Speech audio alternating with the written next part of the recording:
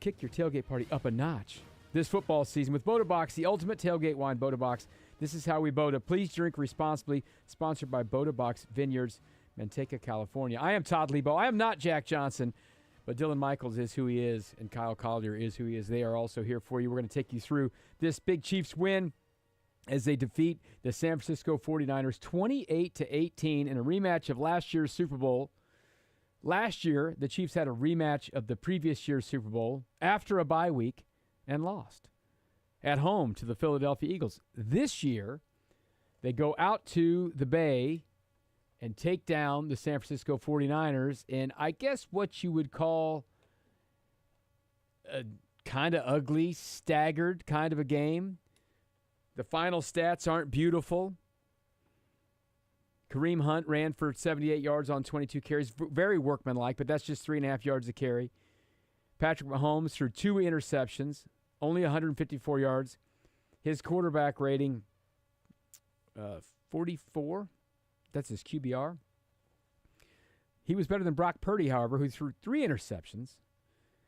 I mean, this was just not exactly Super Bowl standard type stuff that you saw out of these quarterbacks out here in this game. That's got to be maybe Mahomes' worst ever quarterback rating in a game, just 44. Ugh, not pretty, but the defense was very good.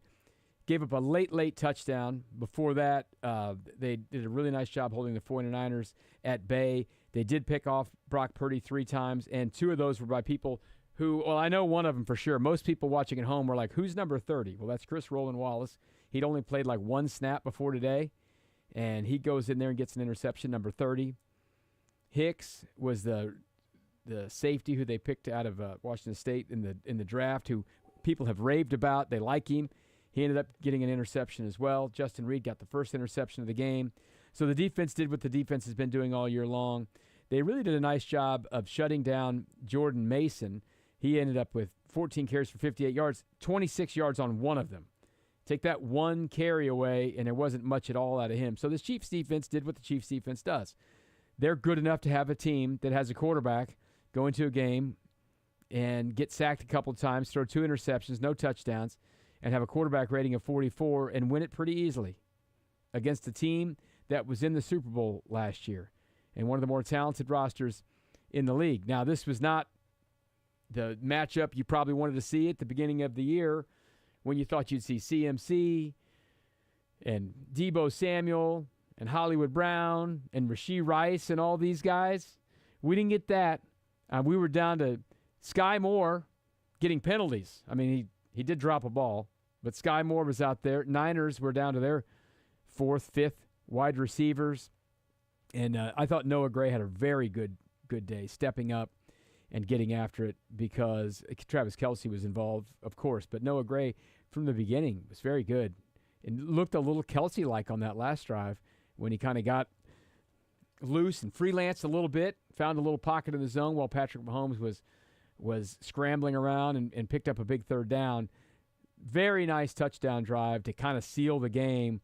The Chiefs ran the ball, only threw the ball twice on that drive. That play to Noah Gray and then a little swing pass to Samaje Perine. They ended up punching it in on a McCole Hardman end around to get the lead up there where they weren't going to get caught. As I said, the Niners did score late, went for an onside kick. Maybe the funniest moment of the game, the onside kick went 4 yards.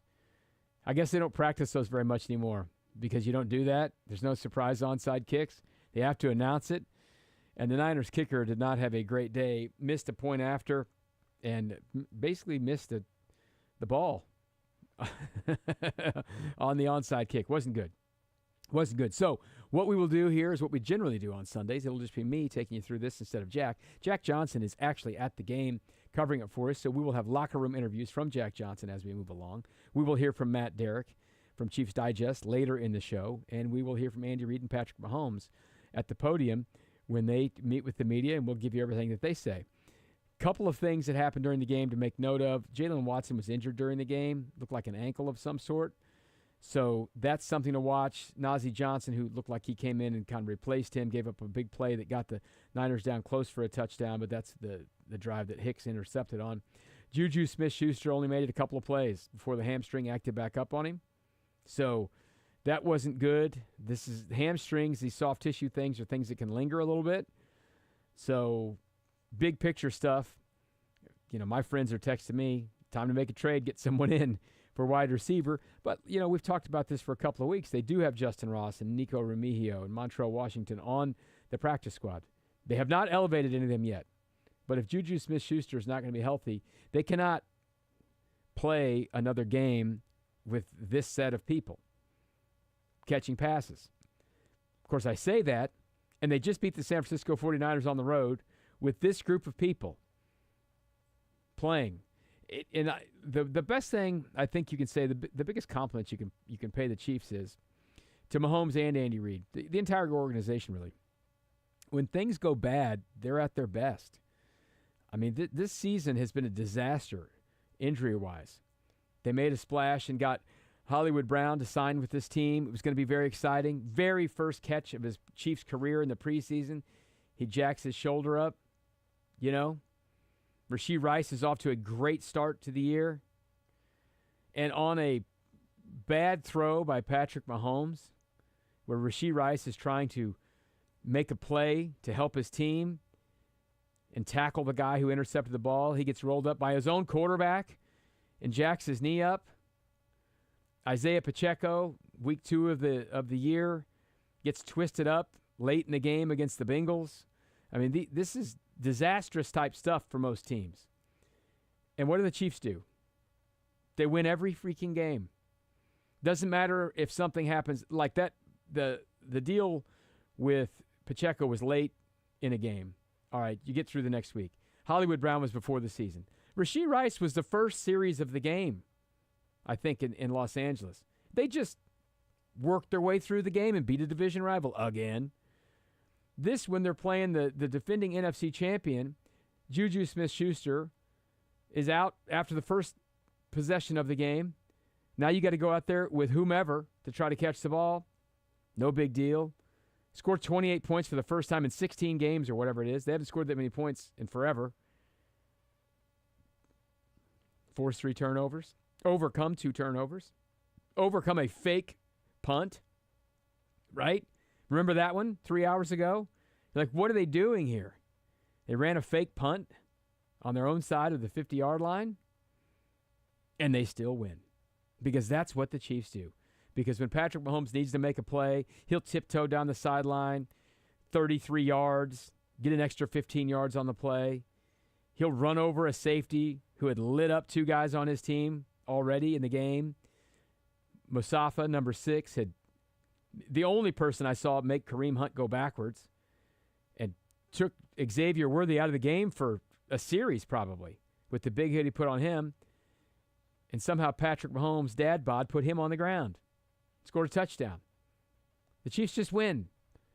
That's what they do. That's what they do. So, as is custom, I believe we start taking phone calls whenever we want. We'll do that right now because we've got people on hold who want to talk about this Chiefs win, and we will go first to Kyle. Kyle, what's up? You are on the Red and Gold Botobox postgame show. Hey, thank you for taking my call. Good show like always. Thank you. Hey, there's a few points I want to make here real quick. First point is, why is Sky Moore still running routes? Breathing your air? Is that what you're saying? Yes. It's frustrating watching him get in the game, and then he has the pass was thrown right in front of him. It wasn't like it was behind him and he drops it. Yeah, he got a target and dropped the ball, yes. Yeah, so it's just the same thing with Sky Moore. Why don't you put Justin Watson more, target Justin Watson more? He's Tom Brady said he's a very good, he said he was a reliable wide receiver. He works hard and he runs his routes. I don't know why you don't put Justin Watson in Sky Moore's spot, or put somebody there besides Sky Moore. I think I've seen enough of the Sky Moore. I think you are not alone there, Kyle. You're not alone. So that's my first point.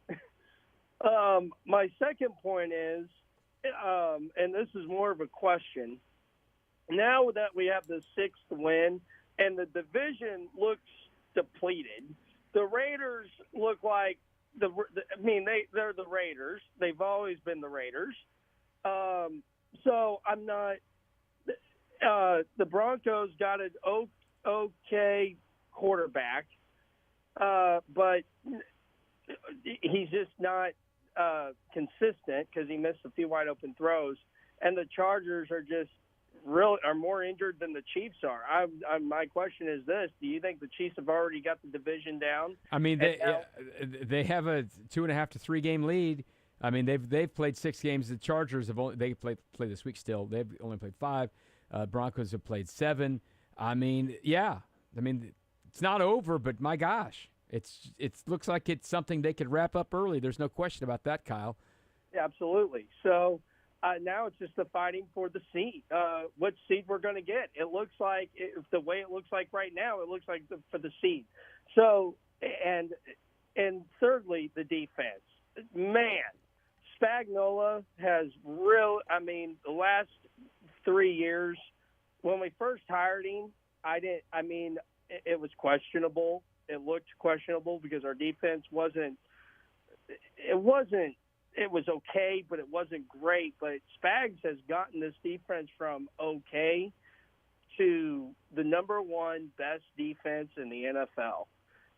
And this is the best defense the last 2 years I have ever seen. It looks like old Marty Schottenheimer ball.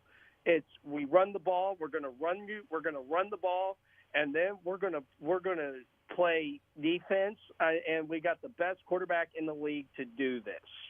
This is, and to me, this is old Marty Schottenheimer ball. And thank you for taking my call, and I'll listen off the air. But this is, I think, and one more thing is, should the Chiefs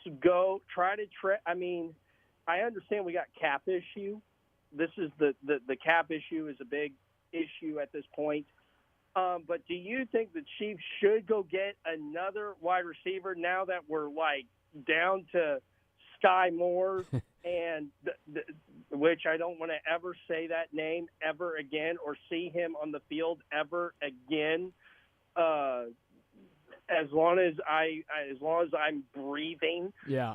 Well, but should the Chiefs go after another, I don't know if DeAndre Hopkins? Somebody. I got your point, Kyle. Hey, man, I appreciate you calling, man. Yeah. Yeah, thanks. Yeah, I think the Chiefs they're turning over the stones to try to find other wide receivers. But I'm telling you this right now. I don't think, especially in the AFC, anyone is lining up to make the Chiefs better. They are 6-0 with Hollywood Brown not playing a snap, with Rashee Rice missing the last 2.5 games, with Juju Smith-Schuster not being on the roster to start the year and going out in the first series of this game. I don't think people are going to be like, oh, you know what we should do? Let's trade someone to make the Chiefs better. I don't know. Let's go back to the phones, and we will talk to, is this Jerry? Hello, Jerry. You're on the Red and Gold postgame show, buddy. Hello, Todd. It's always nice when I get to talk to you, buddy. How you doing?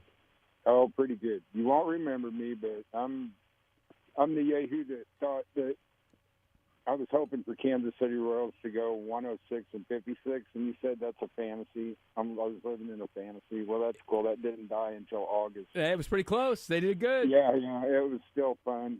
I loved it, and I still love it. I can't wait for you guys to cover spring training, even though I'm enjoying the football now. I appreciate Dylan a lot. He'll recognize my voice from time to time. I just don't get to call it much anymore. The thing I wanted to talk about, besides Patrick Mahomes running down the sideline, that was so great. It was hilarious for me. But what about the 2 rookies? I know one is Jaden Hicks, and then the other guy, Chris Roland Wallace. Yeah. Yeah, I went in and told my brother a rookie just got it. He's like, I never heard of that guy before. He hasn't been active like every game this year. But he was right there we needed to be, and he made a nice catch. And it was awesome. I think I know I said 106 and 56. I already said that the Chiefs would go 17-0, and they're just proving it. And I go that route every year, so it's nothing amazing. But, yeah, I knew they'd go 5-0, or I hope they would, not 6-0. I'm just going to stick with it, 17-0. And they're the only team that can do it right now. this is the record I want them to break, the one that no one's expecting. 17-0, get to 20-0, and pop champagne to celebrate the other team, the only other team that ever went 17-0 and won the championship undefeated. That would be neat if they could do it. Really would, Jerry. Hey, man, I appreciate the call. Thank you. Yeah, listen, everyone else lost. Minnesota lost. That's over for them. So the Chiefs are the only team that can do it. I thought this was a very dangerous game because the Niners were, revenge, da-da-da-da-da. They had more to play for than the Chiefs. But the Chiefs find a way to get things done. That's just what they do. Dan and KCK, what's up? Hey, Todd, how you doing? Yeah, it was a great win by the Chiefs. Doing pretty good. 6-0. They just did enough to win today. Touchdowns by Kareem Hunt and then Patrick, and it's a great win. And just missed Xavier Worthy on that touchdown drive, and it was a touchdown throw. And they slipped on the other one. The shame. They was not his fault. On Patrick with the interception, but a great team win. Let's take care of business with the Raiders. Take care of yourself, Todd. All right, buddy. All right, that's Jerry, Dan from KCK. Dan and KCK, we will hear from Patrick Mahomes when we come back. We are underway. We'll take your phone calls throughout the night, 913-381-0810. You are listening to the Red and Gold Postgame Show. Kick off your tailgate up a notch with this football season with Boda Box, the ultimate tailgate wine. Boda Box is a premium boxed wine that wins with wine critics. Boda Box, this is how we Boda. Please drink responsibly. Sponsored by Boda Box Vineyards, Manteca, California.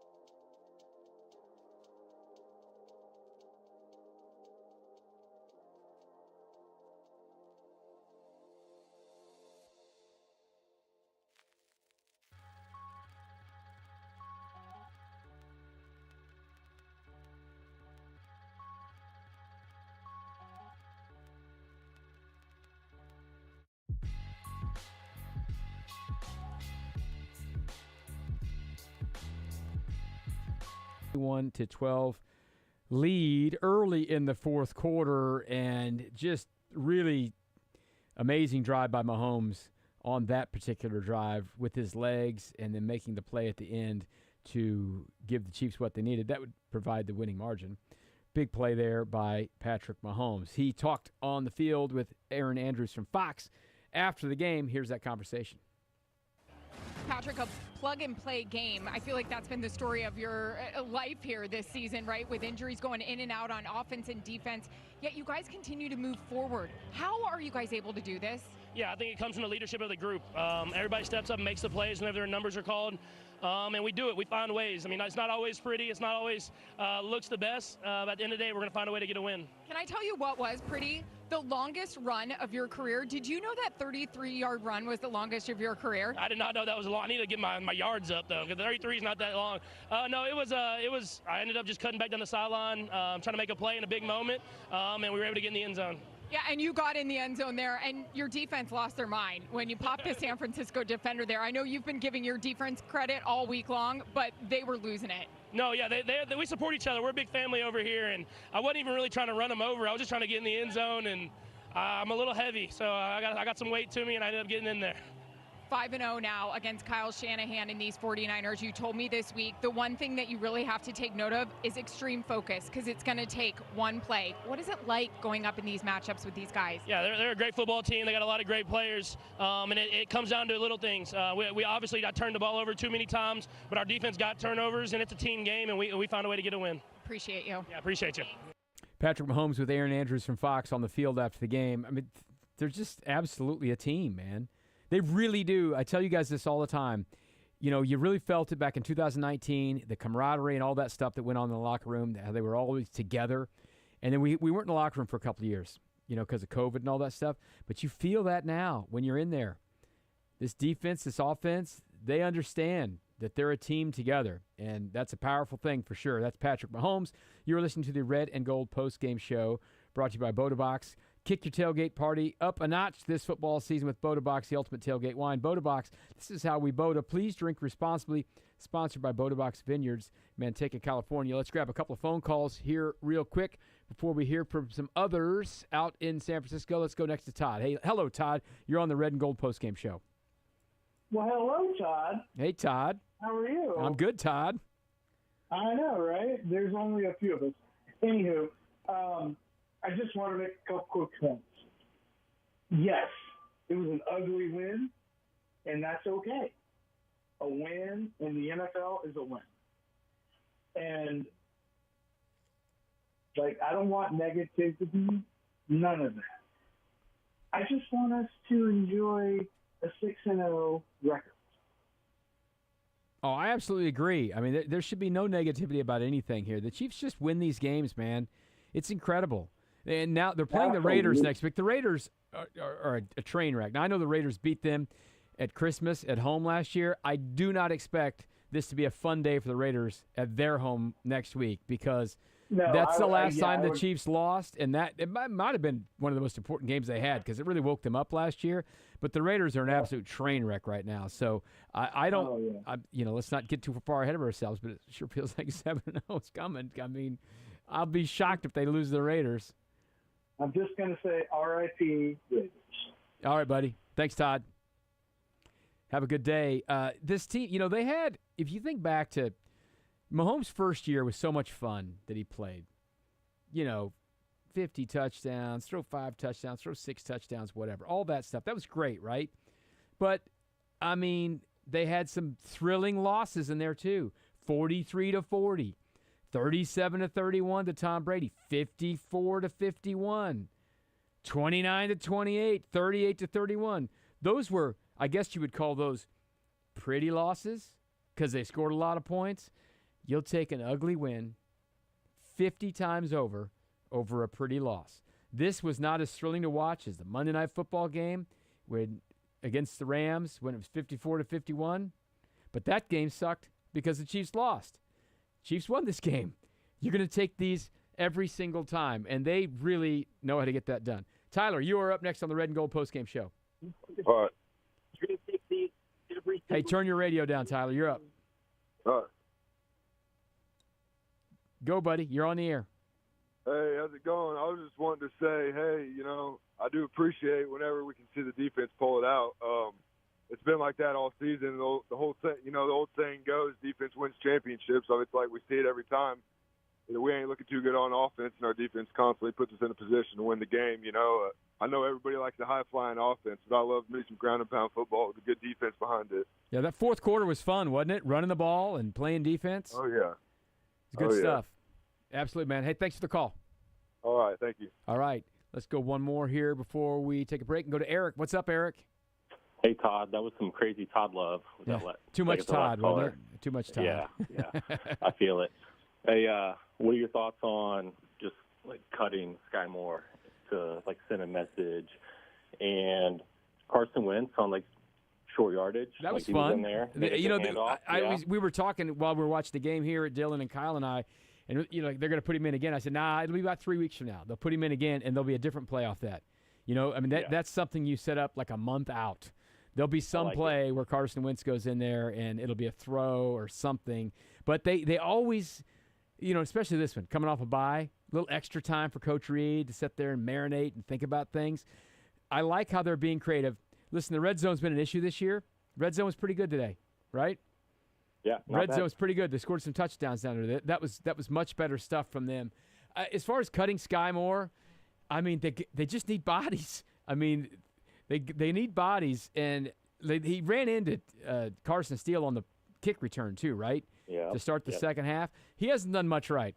I'll tell you that. The 2022 draft is one of the greatest drafts in the history of the Chiefs, with the exception of Sky Moore. That's Trent McDuffie and George Karlaftis and Jalen Watson and Najee Johnson and all these guys, Isaiah Pacheco and Sky Moore. Yep. Not pretty. Sky Moore. No. And Jack does a great job with the post game, and I think he's feeling all right, but Dylan's definitely the glue. Dylan's the absolute glue. Yeah. He's the glue. We got Jack out there working. We're going to hear from him later. Thanks, buddy.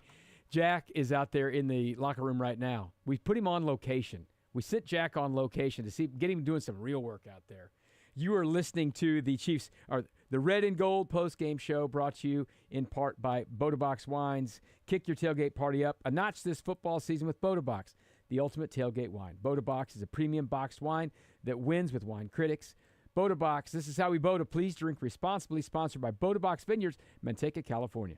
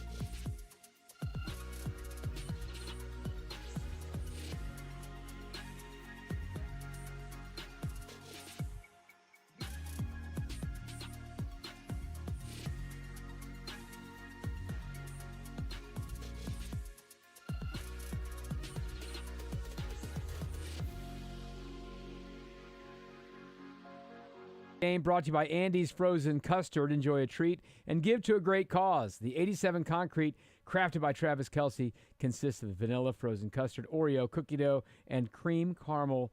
Portion of all proceeds go to support Travis's 87 and Running Foundation. Top your day with a smile at Andy's. That is your sweet play of the game, and that was a sweet one. Of course, led to the touchdown drive for the Chiefs as they win 28-18. That put them up 21-12 at that point because the game had gotten a little bit tight. There was an interception at the start of the half, and the Niners ended up going down and scoring and making it 14-12, but did not try to go for two. Instead, elected to kick the extra point because there was so much game time left. But kickers, man, kickers. That hit the upright, and the Chiefs were up 2, so Anders, you say Anders? I think Anders. I think Workaholics was Anders Holm in there, but that's I'll took call it him from me. Anders. I was about to say that. So. Anders Carlson missed the PAT, so that was a tough one for him. And the Chiefs had that 2-point lead, so that was a good start for the Chiefs there. And that one put them up 21-12. So it's a big spot there for the Chiefs to get that one done. The sweet play of the game, which you'll see that highlight a bunch with Patrick Mahomes. And as we look, I mean, listen, the guy had a 44 quarterback rating. A 44 quarterback rating. And they won by 10 points on the road against one of the most talented teams in the league. Now, the other side of that is the Chiefs' defense held Brock Purdy to a 36 quarterback rating. We don't have Mahomes' QBR yet. It'll be much better than that because he ran for a touchdown and he had rushing yards. It'll be pretty good. But let's go now to Justin Reid. He got the game going very well for the Chiefs with an interception in the first half. Here's Justin Reid meeting with the media.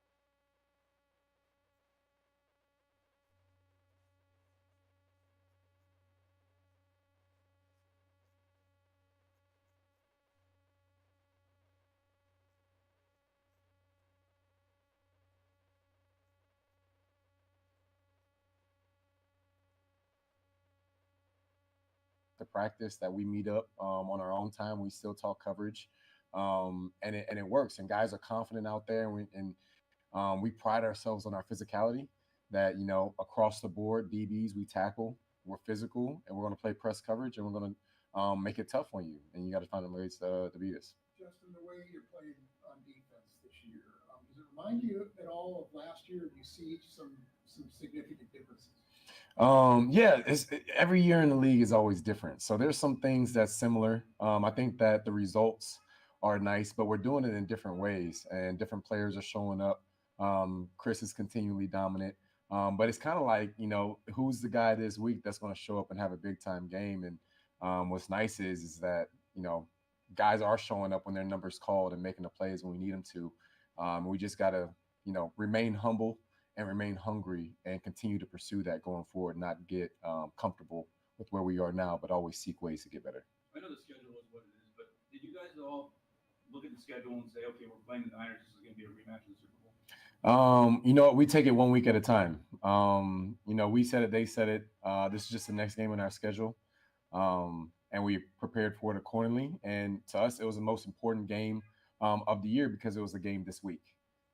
And next week when we play the Raiders, that'll be the most important game of the year because it's a game that week. So we try not to get too far ahead. We try not to make things bigger, and we try and keep it as simple and as clear as we possibly can so that we can just go out there and play fast and play confident. Does the expectations increase, though, that you guys, of course, are the only undefeated team left? Absolutely. The expectations always increase, but we're up for the challenge of it. You know what I mean? We want to remain constant with who we are. We're not going to get out of our shell.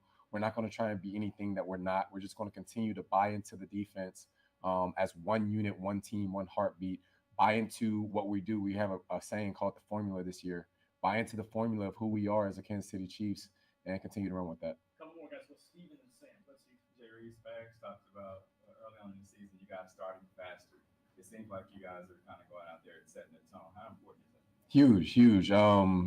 Every week we talk about the first series because, the first 3-4 weeks of the season, we're giving up points on the first series. So it has been an extreme emphasis to start fast on the first drive of the game and make sure that we build on top of that as the game goes on. Just be consistent, win in the red zone, win on third down, win on fourth down, because those are critical situations. So I think the guys have done a phenomenal job buying into that, and we just got to continue to do it. And you talked about the young guys. You got to pick today yourself. What did you see on that? It was just out there playing ball. We're playing man coverage. They ran what we call a speedo route with Kittle running the over route, vertical route on the sideline. I saw that Purdy tried to roll out, but he had pressure in his face. I think it was George. And that pressure, when you see pressure in the quarterback's face and you see a guy have a window, that gives you leeway as a free safety that you can come out the post. Now, there wasn't pressure in his face, so would have to stay back. The pressure in his face, the ball's coming out. So I was able to just dive in on that and make a play on the ball and, get a pick. Justin, you talked a minute ago about extreme emphasis on starting faster defensively. What does that look like? I mean, you guys talk about it more? Do you do something in practice that maybe to emphasize that? Yeah, it starts with stopping the run first. It starts we pride ourselves on our run defense. It starts with stopping the run, and then it's just eye control and discipline and communication. Making sure that we talk to each other. No coverage busts. No missed tackles in the opening drive. We don't want missed tackles regardless, but no missed tackles in the opening drive because we don't want to allow the other team to get going and then start get those wheels spinning and then turn into a situation where you're trying to stop the bleeding. We'd rather try and smother you now. Justin, where did that formula thing come from? Who came up with that, and what's the meaning of that? Yeah, that was actually from last season heading to the Super Bowl. That was a Travis Kelce saying, talking about our identity and what we've done to get to the point to get ready to play this game in the Super Bowl and just remaining consistent to who we are, not changing who we are, following the process, buying into the program that Coach Reid sets forth before us, and just continuing to do that. And, became our motto. It became a calling card and became our motto this year. You guys, as the defense in particular, use Absolutely. We use that motto. We use another motto saying demand better, which is, again, in comparison to last year that we did some good things, but not to get complacent or get comfortable, but find ways to be even better than what we did last year and, keep raising the bar week in and week out. Thanks, Justin. Yep. That is Chief Safety Justin Reid, who had interceptions today, and that is part of our locker room report brought to you by Twin Peaks. The Chiefs Locker Room Report is brought to you by Twin Peaks. No one does football like Twin Peaks. Whatever your preference, they have everything from tequila cocktails and an extensive bourbon category to top shelf spirits and cocktails served over ice balls. Local craft beers and handcrafted whiskey cocktails round out an adventurous drink menu, second to none. And don't forget about their 29-degree man-sized drafts at Twin Peaks. Welcome back into the Red and Gold Postgame Show. Let's keep this locker room report going with Kareem Hunt. Scored a couple touchdowns today. Man, it seems like you are really settling in. You feel more comfortable out there? I mean, yes, definitely get more comfortable each week. I demand myself to get better and better, and I give it up to the O-line for helping me get the pushes to get in there. Kareem, how do you evaluate Patrick's running back skills? He good at making people miss in space, and he's just a playmaker. Whenever the ball's in his hand, he can make the plays with his arm or his legs. Did you get a good view of his touchdown? He kind of didn't really make him miss. That's ran him over. Yeah, Pat's bigger than people think now. He dropped the shoulder on him. I like that. You had the two short rushing touchdowns, and a couple other guys had one each. Mm-hmm. What's the key to running the ball down there when the yards are going to be that much tougher? I mean, the key is it's a mentality, man. Everybody got to be on the same page. Everybody got to try to push and finish their guys in the end zone. And, there you really don't want to make too many cuts. You put your head down and, drive them. Kareem, is there a new appreciation you have playing with Travis this time around? And what's it like with him in the huddle, in the locker room, obviously, week to week? I mean, yeah, we Cleveland guys, we've been close. Even when I was still with the Browns, me and him stayed, close. He always, when he came back home, we'd hang out, get food, just chill. But yeah, I mean, that's a brother to me, and it feels good going out there and laying it all on the line for, definitely Trav and Pat and the whole rest of the organization. So I'm just excited to be back, man, and doing everything in my power to help him win. Can you tell that Travis has maybe been better as a blocker this year than maybe people realize? Considering you have the rock a lot of times. I mean, yeah, I can tell, and he got to make those, big blocks, and then I know he's gonna make the plays when the ball's thrown to him and everything like that. So, he's been doing a good job of finishing. I appreciate that from him. Hey, Kareem, you talked about brotherhood. You've been thinking of your guy, former teammate Nick Chubb came back today, scored a touchdown. Your thoughts on that? Because I know you. Man, I was so happy. I was honestly watching the game on my phone, like almost till I had to go out there and warm up. But a guy like that, man, he works hard every day, and I couldn't be happier for him. Especially seeing him get out there and get in the end zone, and I just wish him nothing but the best. I know he's gonna keep getting better and better each week. Okay, thanks, Kareem. Yeah, thank you. That's Kareem Hunt, Chiefs running back, had 72 yards today, a couple of touchdowns. I mean, he's fit right back into the deal, man. He has fit right back into the deal, and they've needed him because when Isaiah Pacheco went down, that's a big blow to this team, but they've just managed to find their way to get through whatever. He's been more than they can expect. I heard Seren this morning on the Central Bank pregame show talking about he had 28 carries last week. Is that too much? And Mark Boerichter was saying, well, I mean, what's your goal? Is your goal to have Kareem Hunt be on this team in 4 years, carrying the ball for you? No, probably not. So he wants to run. You give him the ball. Now, 28 was a lot. He got a few less today. It's a long season. I do think they expect Pacheco will be available at some point. But when you were out of football and on the couch this offseason, you carry the ball anytime, man. You will carry the ball anytime. But we'll watch him, see if he can keep it up because he's a really talented player. Let's take one phone call before we take a break and talk to Ryan. Hello, Ryan. You are on the Red and Gold postgame show. Hey, no. Just like bringing Kareem Hunt back, we're bringing Leabo back to the postgame show. That's awesome.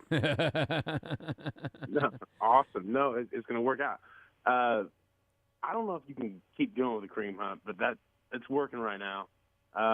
It's an evolution of this offense, and we've got Patrick Mahomes and Spagnuolo and Reid, and it just seems to keep working. And it's underappreciated, I think, a little bit because this defense has been playing unbelievable.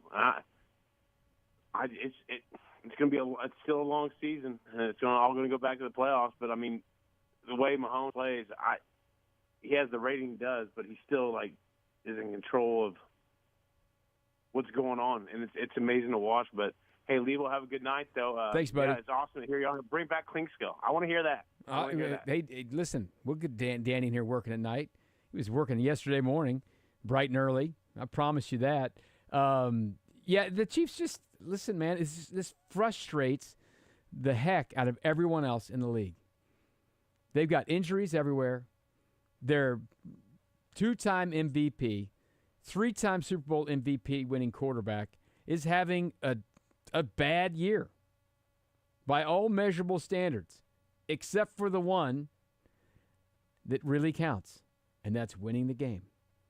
You know, they say wins for pitchers are overrated. It's all some other thing. You know what the stat that counts for quarterbacks is? Wins. That is what counts. And they don't win this game without Patrick Mahomes doing what he did. The defense needed to do what they did, but Patrick Mahomes made plays. He made winning plays in the fourth quarter for this team. They're just incredible right now, man. It's incredible. I thought they were really in danger in this game because I thought the Niners really needed this thing. They just snuffed them out, man. Spags defense, they got guys out there who, I promise you, most of you never heard the name Chris Roland Wallace in your life. And he picked the ball off today. So, big play. Big play. That's what they do. You're listening to the Red and Gold Post-Game Show brought to you by Boda Box Wine.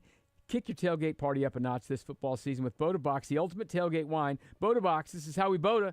Please drink responsibly. Sponsored by Boda Box Vineyards, Manteca, California.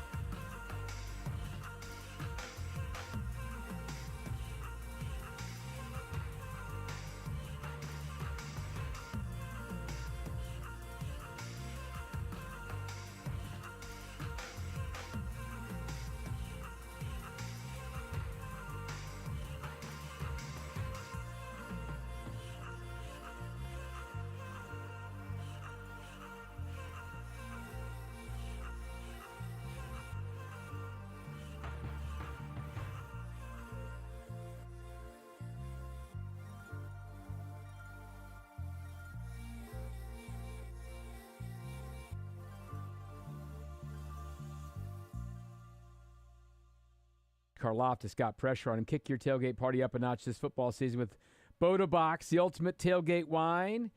It's a premium box wine that wins with wine critics. Boda Box. This is how we Boda. Please drink responsibly.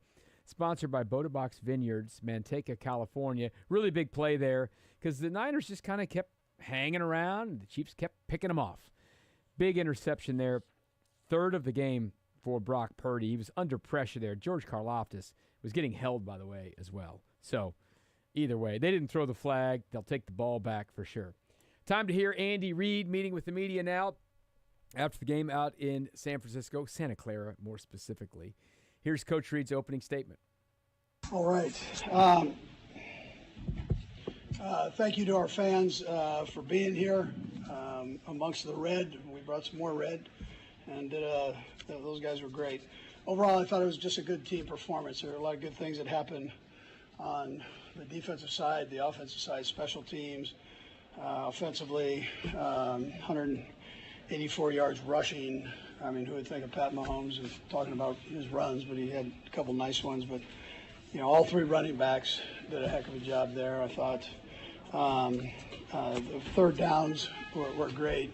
Nags had a great plan, I thought, for these guys as we went forward, 8 for 14 on third down. The red zone, we were better there than what we've been with 4 out of 5 happening there.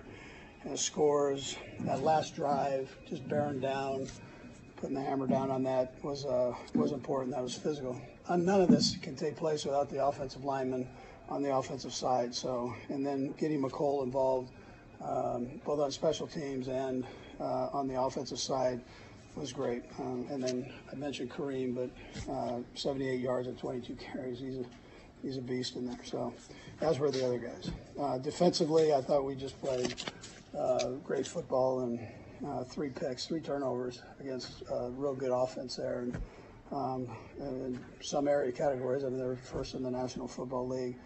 That led to 14 points. So 3 turnovers, 14 points, great thing. Justin Reid is just playing like an all-pro, which he is in our mind. So, but he came out and had the 8 tackles, and again leading the team in tackles and interception, along with Wallace and Hicks, 2 young guys contributing in there. Third downs, 2 for 11, again, against a good offensive team. And the special teams are easy. I mean, you got to take your hat off to him with the field position part of it. It's so important in this league. So he did a nice job. He was back in California, so he was using all that air out there. Anyways, with that time, James. All right, there's Coach Reid's opening statement. One of the things he talked about in there was the red zone. They have just not been good, generally speaking, at the red zone this year. They scored 4 out of 5 trips down there at the red zone. They scored touchdowns, was important. Kareem Hunt was a big part of that, had a couple of rushing touchdowns from short yardage. Patrick Mahomes ran the one in, and then McCole Hardman scored on the end around. So they did a really nice job of that, and that's the key. You know, field goals can win you games, but that's not really what you want. You want to score touchdowns, and that was a big part of what they did today. Here's Coach Reid talking about the success they had in the red zone. You talked about the better play in the red zone, which obviously it was one. Any reason, anything you put your finger on there? No, I mean, the place we did well was on no penalty. So, I mean, that ends up being important when you get down in there and you don't take anything away from yourself. And that's kind of hurt us, the last few games. But it was a great scheme. There were schemes that we used in there. The guys executed well in there. So all around it was good. It was very good. And Coach has been talking about that. One of the big problems they've had in the red zone is they get down there, you get a holding penalty. Get down there, you get a false start. And they didn't do that today. They were much cleaner on the penalty front, especially in the red zone, and that's obviously a big key. These are the things that frustrate you when you're covering the team or you're a fan. You're like, we'll clean that up. What's that mean to clean it up? They don't ever really say that. I mean, basically it's saying you just got to get better at doing your job. You can't just make silly mistakes. And especially when the margin is thinner than it used to be, probably, because you're not quite as good as you once were. The defense is special, but the offense is pretty pedestrian. So you got to play smarter football. You can't have penalties. You got to be good down in the red zone, and they certainly did that today. more from Coach Reid here about that defense and how Steve Spagnuolo really has it going. Andy, you guys had only the 2 interceptions all season. Scored today. Each of them seemed to have its own little story to it. I mean, Justin seemed to read that really well. And the drop off on the Wallace interception that hits in the end zone. I wonder if you could just elaborate on what. Yeah, well, Spags does a great job of with the different schemes, the different personnel groups. I mean, you think about this now: 2 rookies being able to jump in on this thing and being a part of it, and then putting them in position where, and them doing it to make plays. But he's the best in the business of what he does, and he did a great job with the scheme part of it. And the players love all that stuff. They all get to be a part of it and contribute.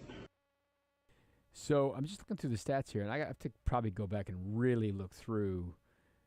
It shows the Chiefs had 4 penalties today, and the 49ers had 4 first downs from penalties. So that leads me to believe that every penalty the Chiefs had was on defense, which means a clean offensive day from penalties. That makes Andy Reid very happy, and that makes it easier to get down there and not mess things up when you're in the red zone, which that's the way it worked today. Here's Coach Reid talking a little bit about the offensive game plan today and Mahomes. As soon as Dylan points at me and says it's okay to do this, it's okay to do this now. Yeah, you probably noticed his voice. No, I didn't see anything. Because of injuries, you guys had to change your stripes a little bit. You talked about putting on a run game. When that happens, is that a challenge you kind of enjoy a little bit, or is it frustrating? Yeah, listen, I mean, you're going against good coaches, good players, 2 good football teams that have a history together. So Kyle does a great job with his staff and their players. And so you love that part of it. You love the competition part. As far as So, yeah, the beginning of that soundbite was about there was a little play where it looked like Patrick got punched in the throat. Andy didn't quite see it. So a lot of people saw it.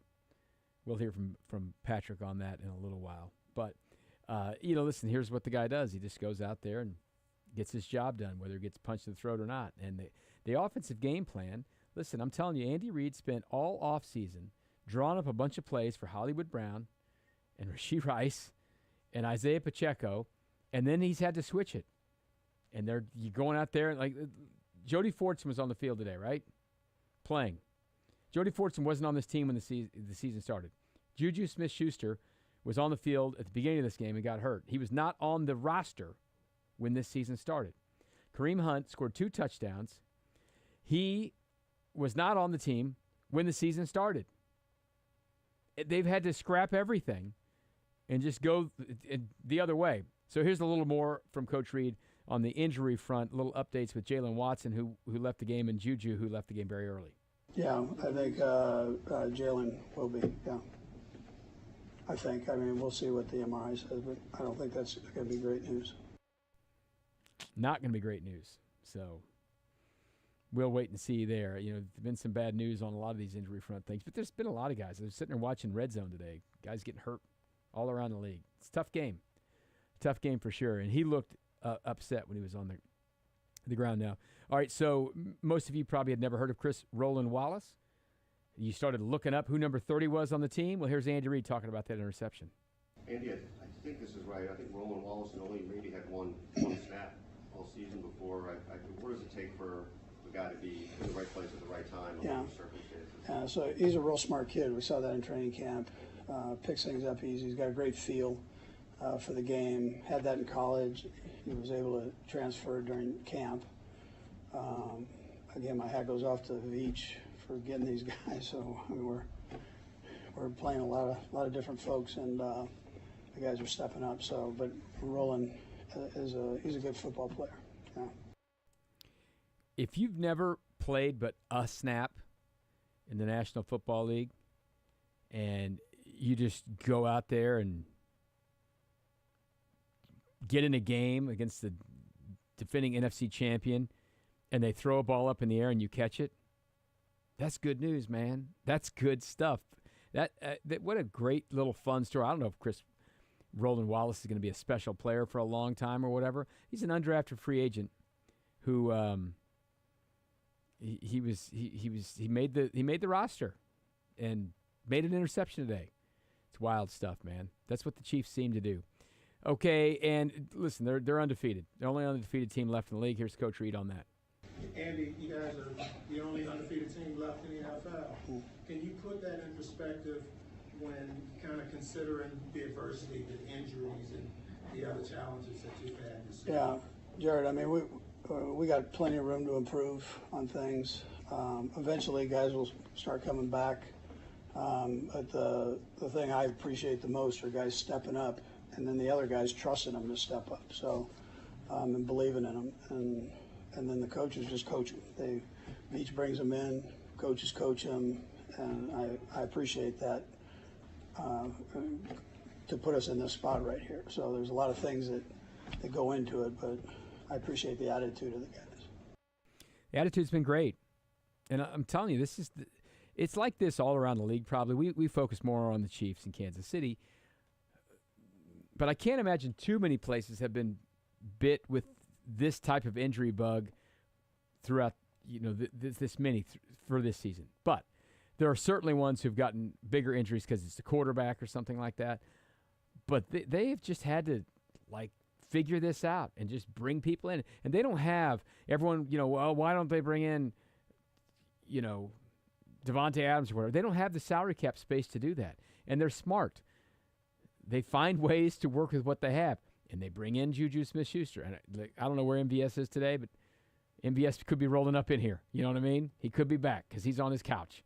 So they can get it done with less because they're really good at the coaching part of it and the preparation part of it. And Patrick Mahomes, while he hasn't got great stats this year, knows how to win football games. All right, so here's Coach Reid about that Patrick Mahomes rushing play. And I know they always want him to avoid contact, but that's not always how it works out. Coach Reid, Patrick Mahomes looked a little bit like a running back on his touchdown up the middle, lowered his shoulder, kind of trucked the guy. Did you see? Yeah, no, he did. He caught him just right. That guy's a good player and a good hitter. So Pat was able to drop his shoulder on him and get in the end zone. He wasn't thinking it was going to be like that, but he caught him off balance a little bit, and that happened. So, yeah.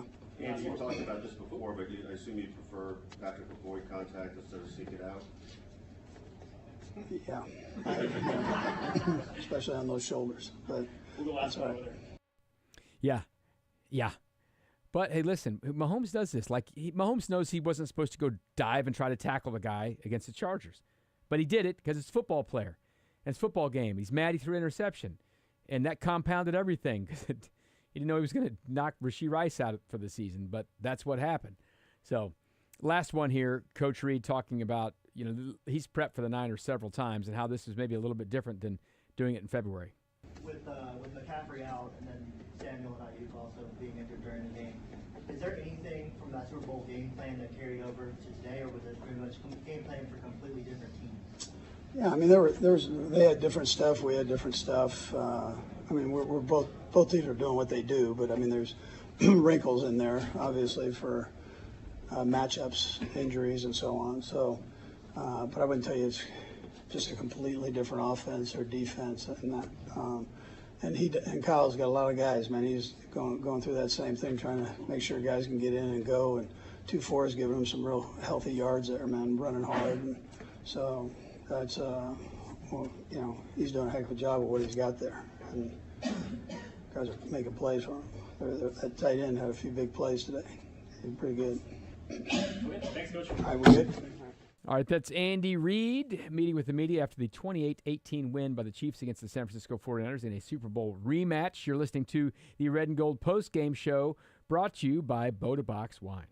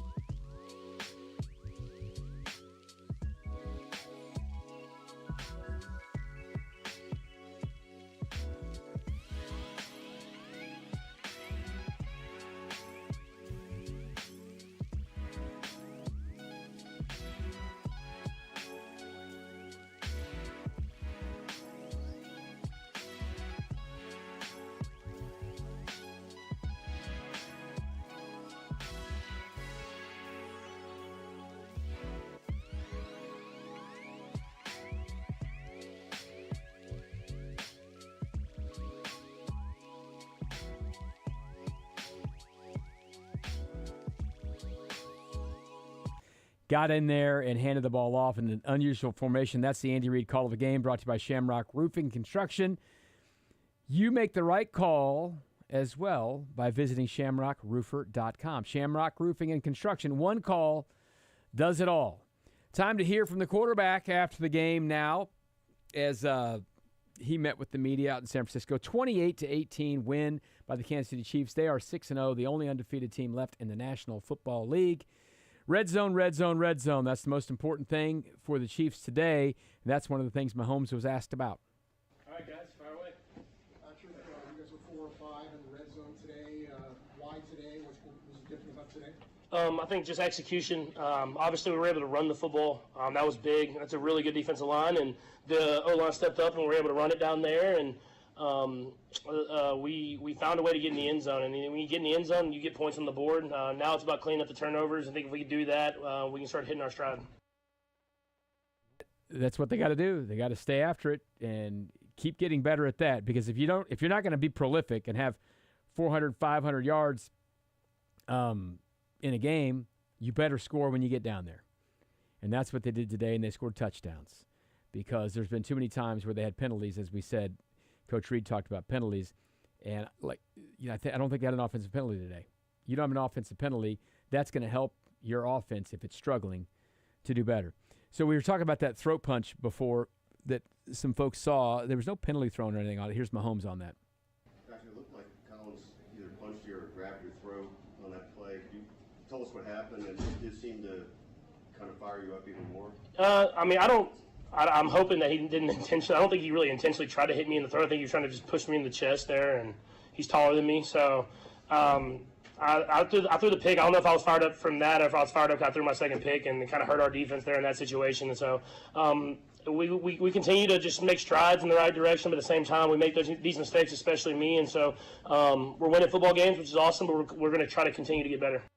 Yeah, getting better is the key, and winning is also the key. Also, the throat punch thing, whatever, it didn't really seem to bother Patrick. You saw the Niners a little bit lose their cool. Sky Moore ended up drawing a penalty on the McCole Hardman touchdown. There was a little jawing back and forth. A little bit later, Brian Cook looked like he swung a little bit at Trent Williams, but Trent Williams got caught, got ejected from the game, so it got a little chippy at the end. But the Chiefs, for the most part, kept their cool in these situations, which is all part of the game. So here's Mahomes talking about, the day he had running the football today, and maybe that part where Coach Reid doesn't want him to take too much of a big contact down by the goal line.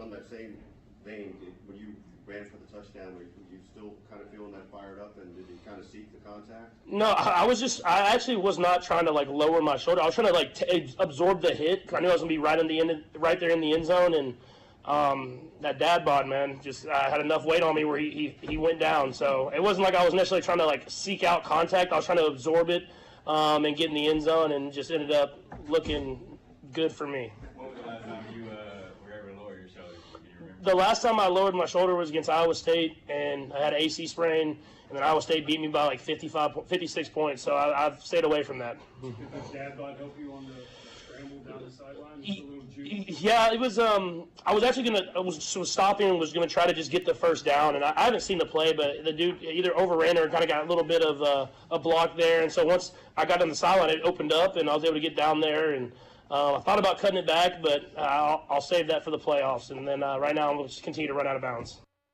I knew that was the case. I knew it. I hadn't heard him say that yet, but I said that earlier. Great There's call. no chance that he doesn't cut that back. That was one of the most amazing things I've ever seen in my life was that play against Tennessee. We were there in the press box, and when it happened, it was just wild. It was very much like that play that happened today, but he just got out of bounds there at the end. The interesting thing about this was, and this is something that running quarterbacks run into a lot, he didn't fake like he was running out of bounds and run it back in.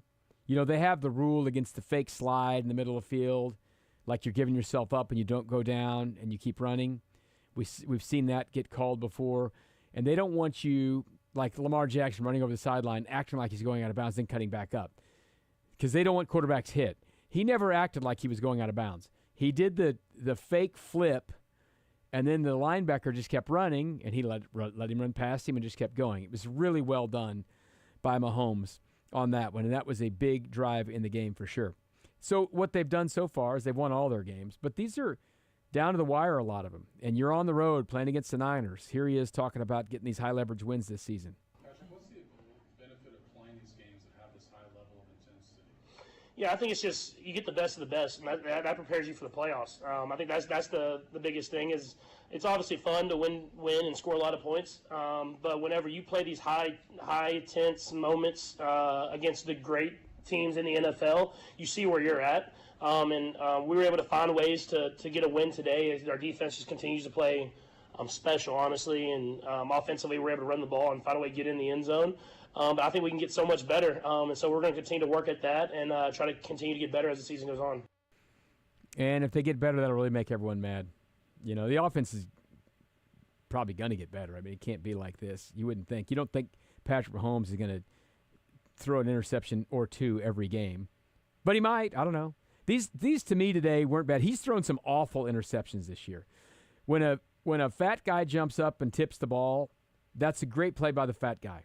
But when he jumps up and tips the ball and then catches it, that's not common. That doesn't usually happen. A lot of times when a ball gets tipped at the line of scrimmage, it's just incomplete. Or maybe it gets tipped and someone else goes and catches it. It's very rare that the fat guy catches it. And then Xavier Worthy fell down on the other one. Wasn't a great pass, but it probably wasn't going to be an interception.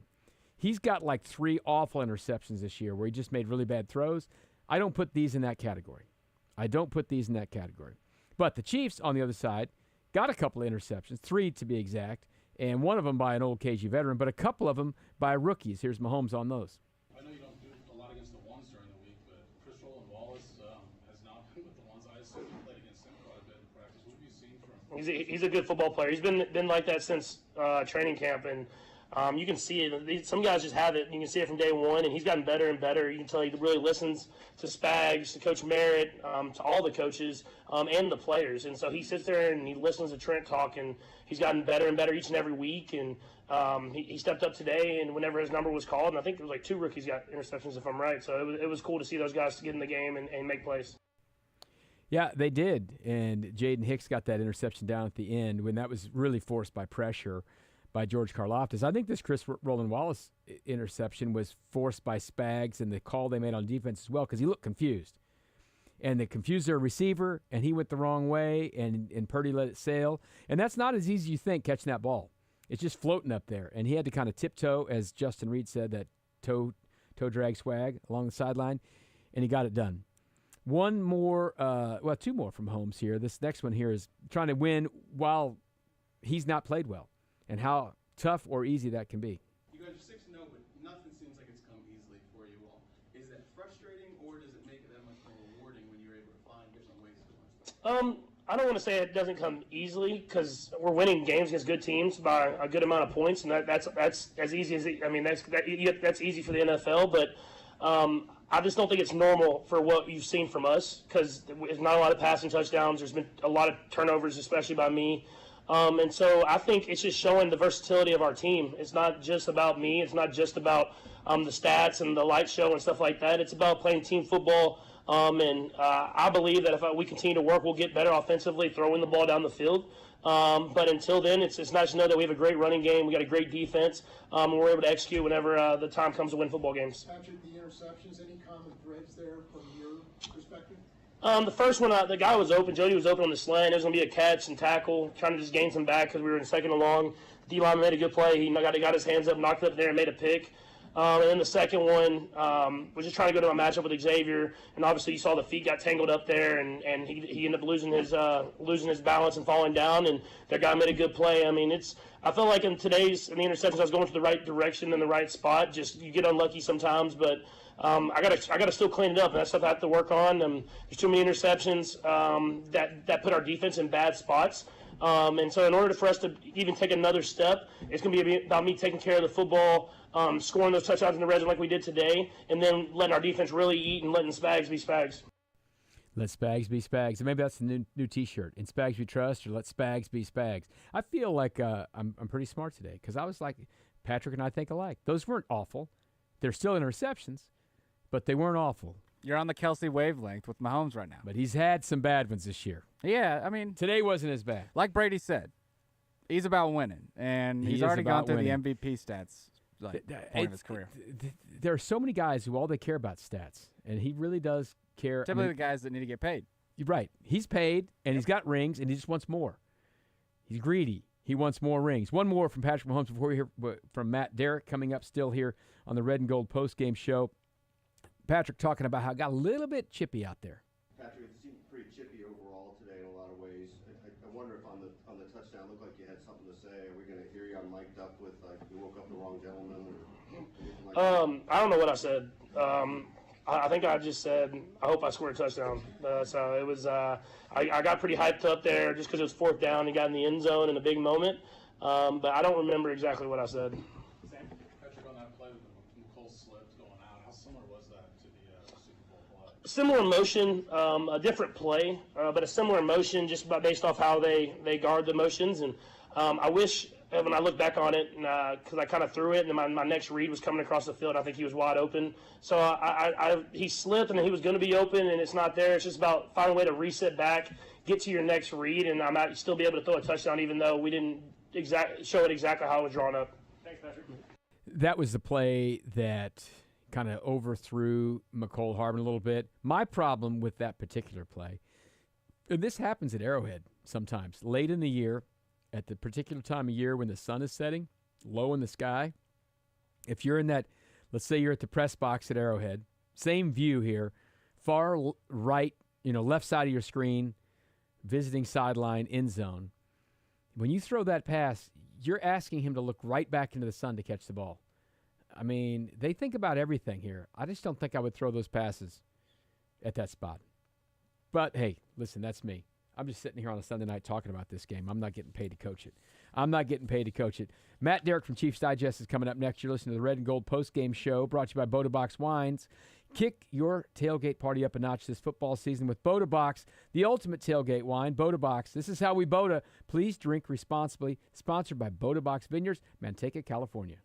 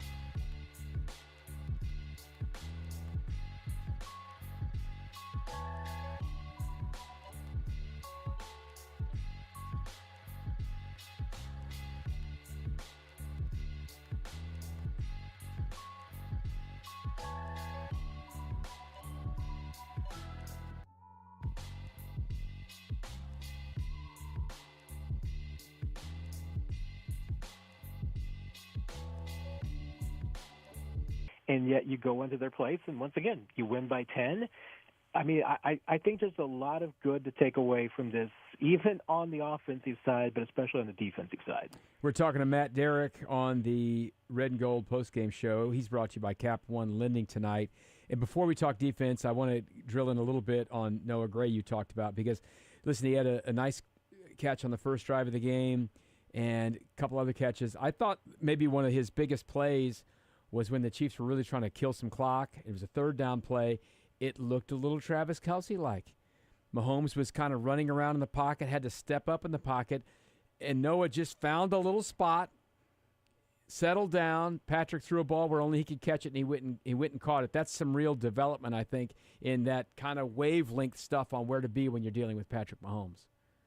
Yeah, I mean, you know, there was a couple of instances in today's game, and certainly, you know, the Mahomes rush for a touchdown, the second one when he just basically turned it into a quarterback draw was a great example. I mean, you look at it, and, you know, it was another example of a team doing everything that they can to say Travis Kelce is not getting the football in this situation. They're going to double, triple team him, whatever. In that situation, 49ers did double team and held him at the same time. They were going to do whatever they could to take him out of it. But that was going on throughout the entire day. I mean, that's what Travis Kelce faces. He's not beating him as much as he used to because the man's 35 years old. I mean, give him a break. He's still really good, but, you know, I mean, it's tougher for him than it used to be. If he's going to continue to draw that much attention, other guys have to figure out how to step up, and that's been a challenge for Noah Gray. I mean, he's consistently, you know, for his first 3 years of his career, been the guy that, hey, 3 for 45, that's the best he can do. And now we're finally seeing in year 4, the contract year before the extension got done, he still needs to think of this as a contract year to me. And we're starting to see things coming through. I mean, 4 for 66, new career highs across the board. But that's what players have to do across Travis Kelce. And if Juju's not there to do it, if Rashee Rice isn't there, Hollywood Brown's not there. And Sky Moore is there, but he's not there. So not making the plays, but you need Noah Gray, you need Mecole Hardman, you need Xavier Worthier to be making those plays every single week. Matt Derrick, so, you know, Coach Reid after the game talked about red zone was much better, no penalties, things like that. I'm looking through this thing, and I didn't chart everything down. The Chiefs had 4 penalties in the game that were called and accepted, and the Niners had 4 first downs from penalty, which means every Chiefs penalty was on the defense. Which, whatever, that's not great. That happens there, but to have a clean offensive penalty game is a big deal for this team because they had not been able to do that this year. Yeah, that had been costing him so many times, whether, you know, you end up getting into 1st and 15 or 2nd and 15, that, I mean, we all know Mahomes. I mean, we've seen him convert 2nd and 24. I mean, he can do it, but it's not a high percentage play. So you just can't be putting yourself in a hole like that. We've also seen them do that in the red zone. But today, no penalties. You don't do that. What happens? Well, you go, I think, 8 of 14 on third down, 4 of 5 in the red zone, the turnover really being the only blemish there. You know, and running the football was a big part of that.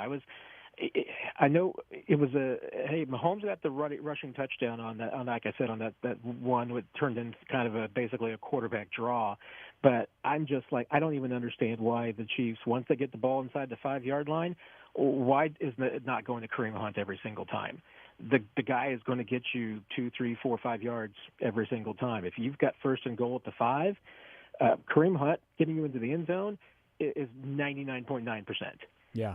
I thought he scored the play before he scored I think maybe the first touchdown, but he didn't go back and look at it or whatever. But he's been an amazing pickup for him. Very frustrating for the rest of the league, I'm sure. That's one of the things that I try to tell people. Oh, the Chiefs need a wide receiver. Well, nobody wants to give the Chiefs a wide receiver to make them better. They're unfreaking defeated with nobody playing wide receiver. Why would anyone want to help them?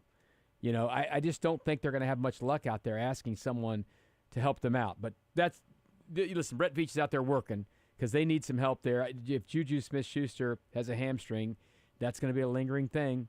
They still have not brought Justin Ross or Nico Remigio or Montrell Washington up from the practice squad, but it's got to happen at some point, I would think. Yeah, and I'll be honest. I mean, I think I would rather see those three guys get a shot than probably taking some other chances outside the organization, because we've seen what happens. I mean, once again, if the Chiefs want an impact player that can come in and play with this offense as a receiver in 2024, you're talking about a very limited group of players. And then when you slice that down by players who have contracts that this team can acquire comfortably without having to go and touch some contracts that, frankly, they don't want to do. If they want to free up some salary cap space, they would rather save that for their own free agents, guys like Nick Bolton, and they like the deals that they've got done, Trey Smith. I mean, they would rather save it for those guys. When you start narrowing it down to players that have experience with an Andy Reid offense that are affordable, it's just not that many guys. And I think that, some players who have been here with you for a while might just be better options than guys outside the organization, because we've never seen anyone come in an Andy Reid, offense and come in mid-season and put up numbers.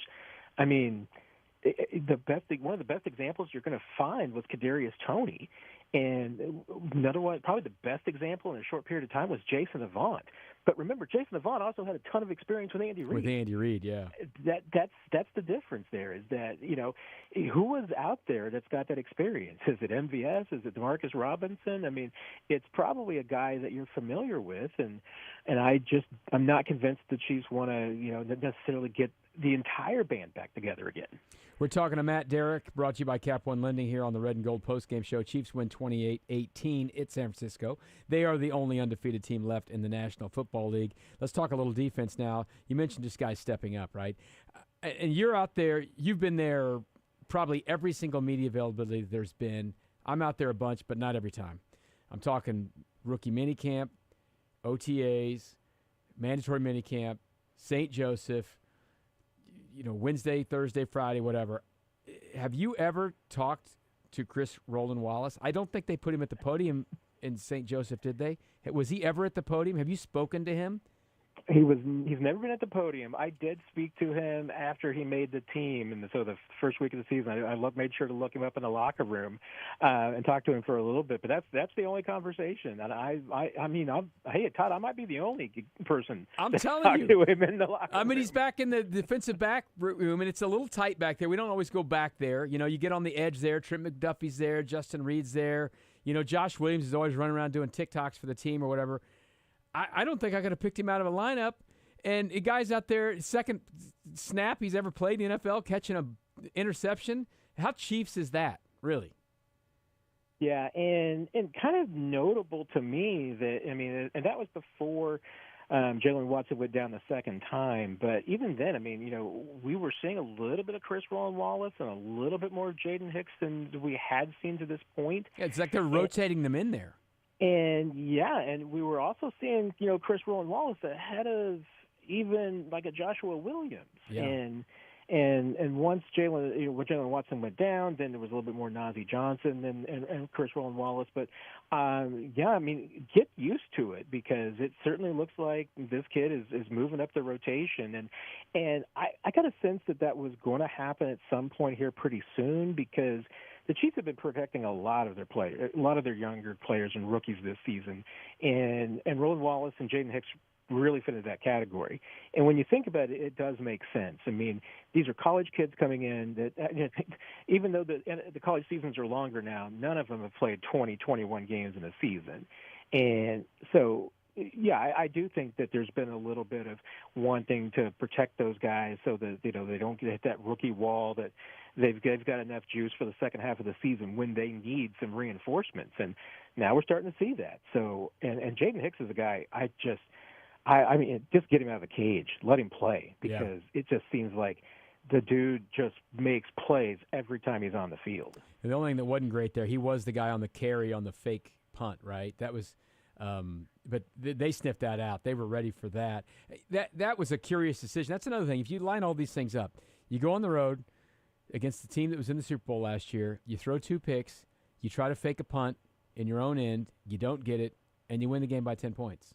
I mean, that's credit to the defense and the offense making the plays when they have to. It's got to be super frustrating to everyone else in the league to have this particular Chiefs team with the numbers and stats they have on offense being undefeated.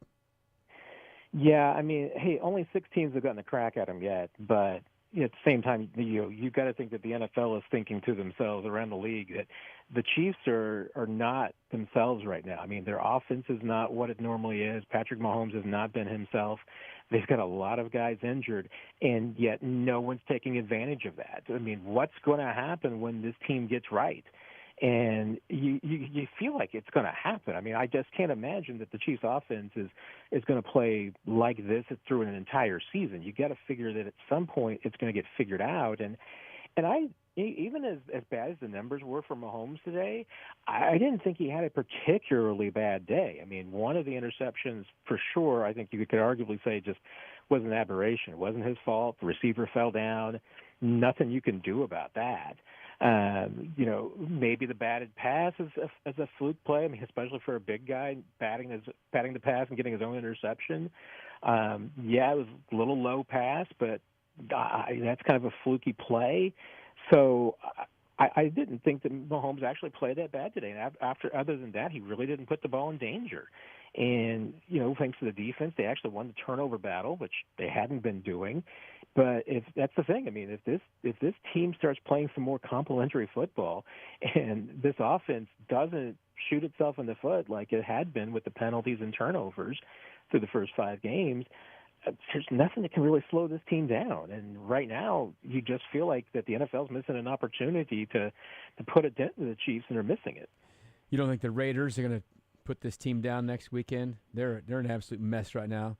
They've lost 3 in a row, and they are the last team to beat the Chiefs. Doesn't probably sound like good news for the Raiders next week, huh? No, and it's not Christmas Day, so you got to think probably not going to be to their advantage.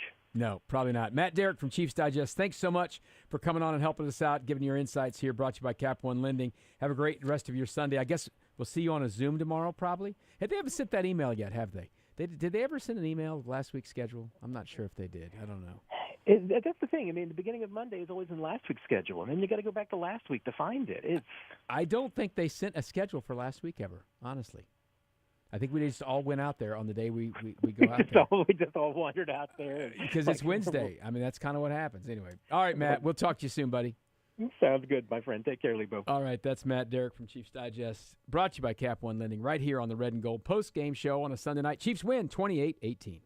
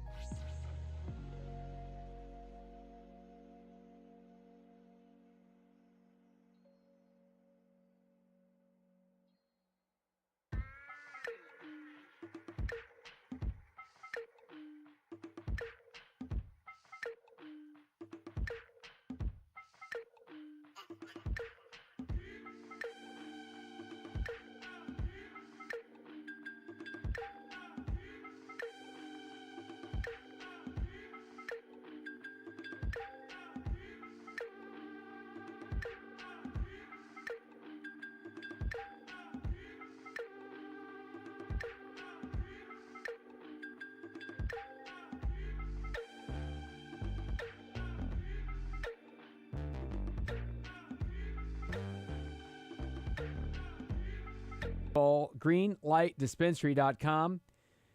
Maybe too many milligrams for those guys. And they did fall down. Karlaftis had a really nice day. Only got the 1 sack. But the interception for Jaden Hicks, he was all over Brock Purdy, getting held on that play. So Karlaftis, I think, had maybe his best game of the year. He was really, really good today. Helped lead to a Chiefs victory 28-18 over the San Francisco 49ers. They are 6-0, the only undefeated team left in the National Football League.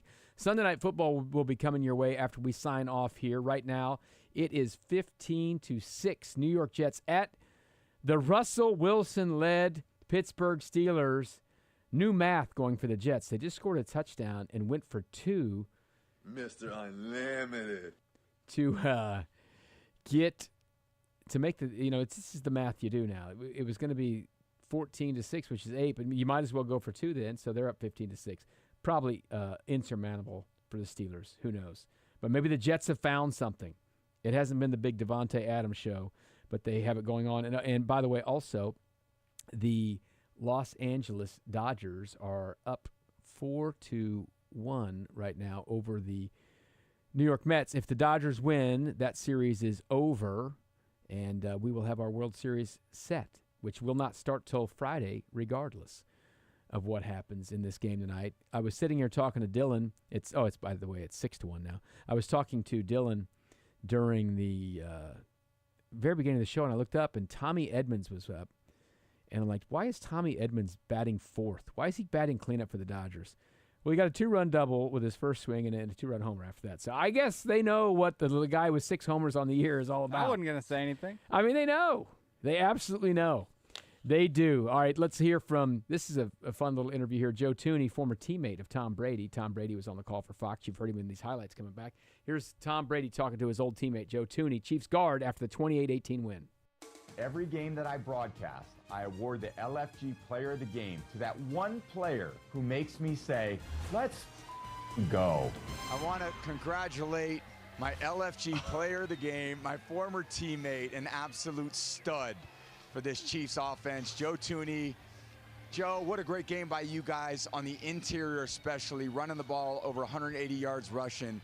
What's it feel like when you're getting those runs called by Coach Reid? He's got so much belief in you.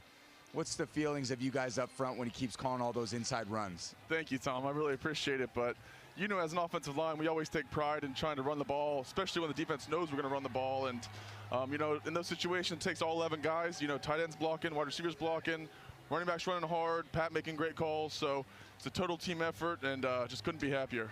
Yeah, it's going to be a fun flight home for you guys. And you dealt with so much adversity, and there was a lot of injuries going into this game, and you guys lose Juju Schuster-Smith out there, who's been very productive even for you the last few weeks with Rashee Rice out, but you're continuing to find ways to churn victories. It's a great part for an offense. How do you guys continue to adapt every single week?